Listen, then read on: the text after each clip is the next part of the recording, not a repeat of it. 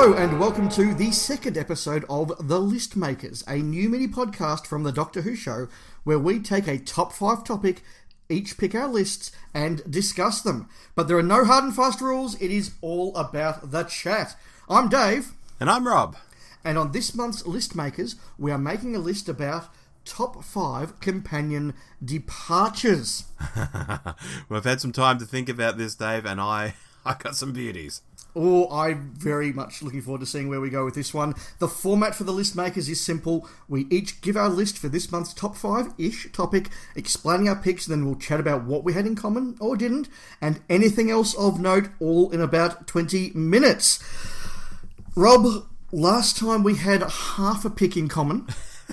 I was very surprised by that. I was very surprised by that. There was some really interesting omissions from both of ours in some ways, but we're not here to be retrospective. We're here to talk about top 5 companion departures, and it's my turn to go first, so okay. I'll dive in.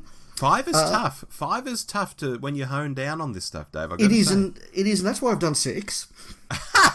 Of course, yeah. Because we can, because it's our podcast. Sure.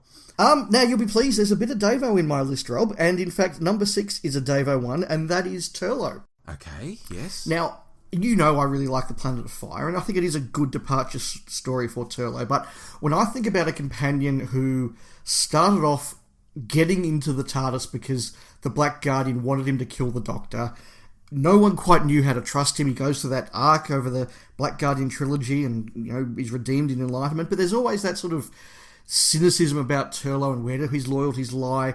So to see him reunited with his brother, going back to his own people, learning his origin story, but going back a better person, going back to be a leader, I think is a really good thing. And then that underplayed performance between Davison and Strickson, and where they just gently say goodbye to each other. The Doctor praises him, you know, best to leave while you're a bit of a hero. And then he just turns to Perry and says, look after him. He gets in the most tremendous trouble. Mm. And I just think that's just such a wonderful, subtle line, and I really like it. I think it's really good.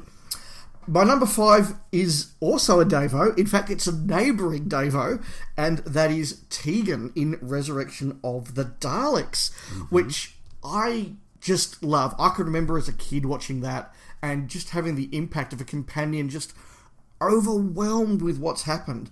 And her line, you know, Auntie Vanessa said, if it stopped being fun, give it up, and it stopped being fun, Doctor. That's a really powerful moment. The performance is really good. Davison looks shattered. He absolutely looks shattered. Strickson doesn't quite know, you know, where Turlough's meant to go. You know, Turlough's like, I'm not going to show her that I care that she's leaving, but I do. Mm-hmm. There's a really emotional dynamic there. It's dark, it's grim. It's a good performance. I really like it.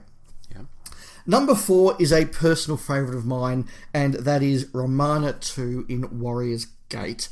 Nice. This is a companion who their departure is gently built up over the course of the story in the most perfect way. She literally substitutes for the Doctor when the Doctor goes off into the void, and then the slave traders come. She literally is mimicking and copying the Doctor and taking on his role and stepping up in that way right at the start of the story. She finds something to fight for. She finds something to go away and do. And then the actual departure scene, I love it so much. I love you're the noblest Romana of them all. It's such a clever line. I love the fact that Tom and Lala don't get emotional. This is an upbeat one, you know. You're going away to free the slaves and to be awesome and wonderful, and I'm so happy for you. And then that final scene, you know, will Romana be okay, Doctor? And Tom just gives that big grin. She'll be superb. It's so good. It's so good. I love it. I love it to death. One you may have picked was going to be on my list, Rob, is my third pick, and that is Zoe and Jamie in the War Games. Mm-hmm. This is perhaps as emotional as a companion departure gets. We did speak about this a couple of months ago now on our dive into season 6. Yeah. The fact that they're forced to leave the Doctor, they don't want to leave the Doctor, they're forced to leave the Doctor. The Doctor doesn't want them to leave, and when they turn to each other and say, don't forget me, don't forget me, and they leave, and when Pat turns to the Time Lords and says, they will forget me, won't they? That's heartbreaking. That is as good as anything the new series does, as far as I'm concerned. Mm-hmm. It's impactful, it's wonderful, I love it. My number 2, I couldn't not have a Hartnell one on the list, and I am going with Susan. Okay. I suspect some of you may have expected that, I don't know. But again, Susan grows up over the course of the Dalek invasion of Earth, and I know it's a bit of a trope amongst fans to sort of talk with jest about, these romantic relationships that develop 30 seconds before the end of the story so they can leave. That's not the case here. You watch her building her relationship over what is presumably days and weeks in time in this story, and they do talk about how he has roots that she wants, and how he wants to rebuild a world, and she wants to be part of that, and his affection for her and his respect for her grandfather. It really feels like a young man courting a woman and sort of introducing himself to the parents, or in this case the grandparent, and getting himself on side. But then that departure scene, that departure scene is so good that they use it as the opening for the Five Doctors. One day I shall come back. That is his goodbye to Susan. It's a forced moment. Caroline Ford actually gets to do some well-scripted acting, which she doesn't get to do a lot of over her time. It's emotional. There's that lovely music. Again, as good as anything, emotional pack that anything in the show has. Mm-hmm. And my final one, Rob, is the Third Doctor and Joe Grant in The Green Death. Again, a departure you see coming all the way through, not just the story in this case, but the whole season. Joe just building up, growing up, moving away from the Doctor. She finds a cause she wants to believe in. She finds what she literally calls a younger version of the Doctor in Professor Jones. Something to believe in, and then it just seems so natural. Then just those final scenes, that goodbye, that wedding present, the references back to their first meeting, and then he just slowly slips out of the party. Joe just turns around, sees that he's gone, looks sad, but then Cliff puts his hand on her, and she's made the right choice. And then the Third Doctor just drives off into the sunset alone. The fledglings fly the coop. Yeah, that is so good. So that's my list, Rob. Dave, you've picked some good stuff here, without doubt. We've only matched once. Wow. I'm curious to find out which one it is. Sure, and I'm very surprised at one of the omissions from your list. You probably thought I was going to have it, so you might not have picked it. So let's begin. I'm going to begin with the one I think you think I was going to pick, so you didn't pick, otherwise you would have had 7 picks. And it's Adric. We'll talk about Adric. Okay. I think this needs to be here. Even to fans who didn't particularly like Adric at the time, the way he exits is pretty brutal, and I think people largely respect. Some people do mock it, and they think it's funny because, they didn't like the character, and then he blows up, ha ha ha. Yeah. But the silent credits, to me as a kid, were one of the most effective things I'd ever seen on television at a young age. Now it seems a bit basic, but I think it still sells the message that something very big has just happened, and those credits just roll, and it's like, oh, okay, that really just happened. That's wild, and there's no theme music, and geez, and it just sinks in. And I know the content around it, like the way it's hardly mourned at all when they get to the next story, is weird, and it's not actually written very well and stuff. But the actual exit, who ever forgets seeing that? And whoever forgets that final line, like, oh, now I'll never know. Like, he's a bit annoyed that he'll never figure out if he got his math puzzle right. Yeah. It's just a very notable one. I think he was the first companion to die since, I guess, Sarah Kingdom in Master Plan or something like that. It had been a while, like 15, 16 years, Yeah, that's right. So that's very notable. I had to include it. Next one I'm including because my whole list, apart from this one, is very dark stuff. So okay. This one is here to add some colour. It's Barbara and Ian. Nice. Yeah. They get back to London. We have all those crazy snapshots of them getting about town. It's just marvellous, They've both survived, a couple of years with the Doctor. Now they're home. Now it's party time. Now we all presume they're going to go off and, probably get married or something. It's just really nice. You just smile at these photos. And it's kind of like nothing they ever do again in the 60s. We never sort of have a photo montage at the end of a show that I can think of. No, that's true. That is true. Yeah, it's like a really different sort of thing.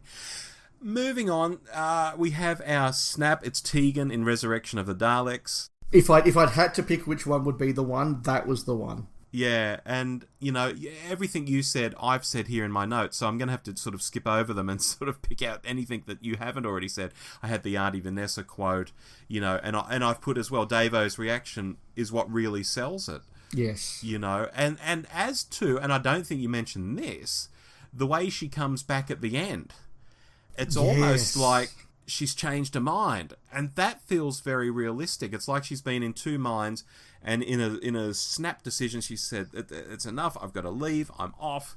She runs off, and then I think she's gone, "Oh bugger," She comes back and then realizes, she's made her bed. She's got to lie in it, basically. I certainly read it when I was a kid as she changed her mind and came back, and then when she just says, "Braveheart Tegan, but I will miss you." It does sound like I don't know, I've made the right decision here. Yeah, I think it's a really strong ending for classic Doctor Who in terms of companions leaving. I think it's fantastic. Your number 2, Rob. My number 2, and my top 2 are both in New Who. Ooh. My number 2 is Bill Potts. She gets converted into a Cyberman, but she retains her humanity. Those scenes where she doesn't know what she's become are heartbreaking, where she still sees herself as human, but the camera then cuts to a different angle and you see that she is a Cyberman. I think that's all amazing stuff. And then at the very end, when, the Cybermen have been smashed and she's sort of just like carrying Capaldi, in her arms. This is like epic stuff. Moffat's not leaving anything in reserve here. I do think it gets a bit silly when the puddle of space petrol comes up and magic's everything okay again and everything's going to be fine. No one really died, magic space puddles here. That actually annoys me a lot when I think about it. But everything up until that point, what she has to go through to get there, I think is one of the biggest trials a companion ever endures, and it kills her. It's a huge departure for a companion. So Bill Potts for me. And finally, this will tie into something you said, my top one is Donna, which I think is just tragic, and it's very similar to Jamie and Zoe, which you mentioned, but I think it's done more crushingly here. With Jamie and Zoe, it's like, what will they remember? Oh, they'll remember their first adventure with you, and that's pretty good, and it just sort of moves on. So it's sad, but it doesn't gut punch me in quite the way it should. And I guess classic Doctor Who doesn't really do the feels like New Who. With Donna, however, you have that whole Dr. Donna thing, which is actually silly, but as it continues and she breaks and she starts repeating words like this, it's like, oh, this just got serious. And then she has a memory wiped and will never remember anything she did, and the way she's crying and not wanting it to happen, it's a hell of a gut punch. I think this is Jamie and Zoe dialed up to 11. I think this one's huge, Dave. Interesting. So I've got a couple of things to pull out of there. Mm-hmm. First of all, look, I think we need to highlight the fact that Tegan was the one that was a snap across both our lists. Yes. I had her at 5th, you had her at 3rd, but we both mentioned her, and look, big tick, hugely powerful. I mean, you said before that Classic doesn't do emotional gut punches as well as New Who, but come on, Tegan, come on.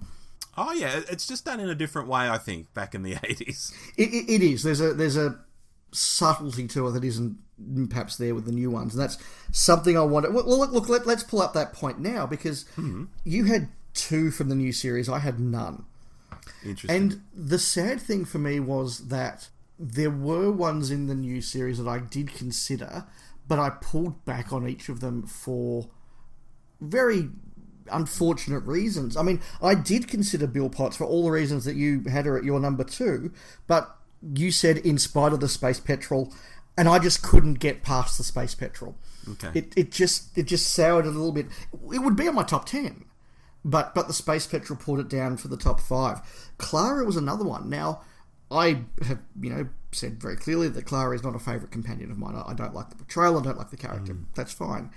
But I can remember sitting down to watch Face the Raven, kind of a little bit cynical, and I definitely wasn't trying to be one of those pricks who's like, I can't wait to see Clara get it, this time. Woo! But I was sort of like, okay, I haven't liked her. Time to say goodbye. Let's see how they do this.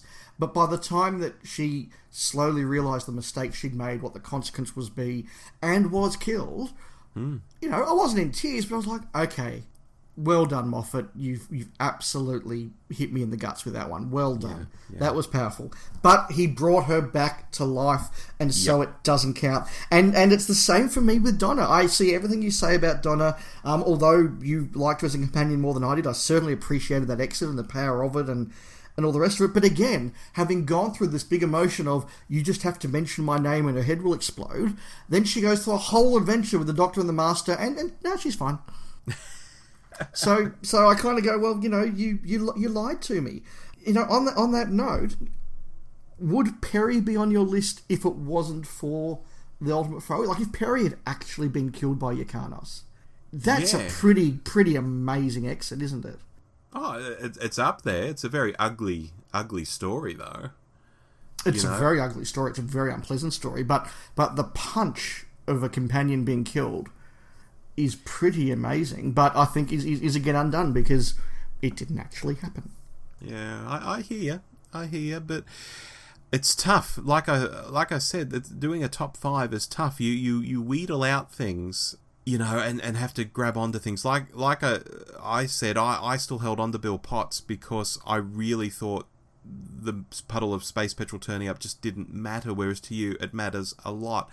You know, I think of Rose leaving the first time, and I think of that music that plays in Doomsday. That haunted me for days after that bass line, you know, and them on either sides of the wall. It's like, oh my god, this is amazing. And I thought that was very good, but in the end, I've kind of fallen a bit out of love with it, maybe because of how I feel about Rose in general since then. So yeah, things do colour your perceptions, you know, for better or worse. One that I think some listeners may be surprised didn't make any of our lists, Sarah Jane Smith. Yeah, I mean, what can you say? It's a very sudden ending. It is. But she had a good run with the Doctor. She ends up back on Earth. You know, it's sad that a long-term companion's leaving, but is it an amazing ending? I don't think it's amazing. Like, she's not blowing up, she's not having a memory wipe, she's not being turned into a Cyberman, she's not just had a hell of a run-in with the Daleks and is emotionally distraught and runs away. It's none of those things, so how could I put it in there? No, look, I agree with you. I think it is quite powerful. I certainly remember it having an impact on me as a kid. And I do like the dialogue, you know, don't forget me, or don't you forget me. You know, travel does broaden the mind. It's nice, but I don't know that either of them quite land what they're going for with it.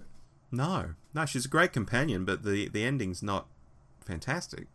And look, the final point I'll make is just, you said you were surprised that Adric wasn't on my list. I did consider Adric, and again, he would be in a top 10, but there's something just a bit forced about it all that just pulls it back a little bit for me. It's like when Clara is killed, or not killed as the case may be, you sit there and go, right, all the beats that led up to that are so true of this companion. Now, she's arrogant, she thinks she's better than the Doctor, and this hubris has led her to her death. It all works. Whereas Adric, you kind of feel like, well, he had to make that decision, followed by that decision, and he probably wouldn't do that, but he's doing that, and then he gets off the thing because, and you sort of go, the character's doing this because he needs to be on the freighter to get blown up. And that, to me, does detract from it, as much as I totally agree with you that there was an impact. Oh, the impact was huge. No pun intended. Anything else you have, or is it time to draw our next topic? I think it's time to draw the next topic. This was a fun discussion, though. Nice and quick. It was, and I'm almost tempted to put top 5 worst companion departures into the hat for one day in the future. We might have to do that. But I'm now drawing our topic from Turlough's Hat of Rassilon. Yes. It's a worst. Top 5 worst special effects. Where do you begin? I've already got 3 or 4 just popped straight into my mind. I don't know if they'll end up on the list, but we're already there. So, listeners, top 5 worst special effects. If you have a topic to go into the Hat of Rassilon, please email or tweet us. We'll just keep pulling them out and replacing them as we can. But until then, I've been Dave. And I've been Rob. And it's been fun. We'll make some more lists soon. We will. Bye now. Bye.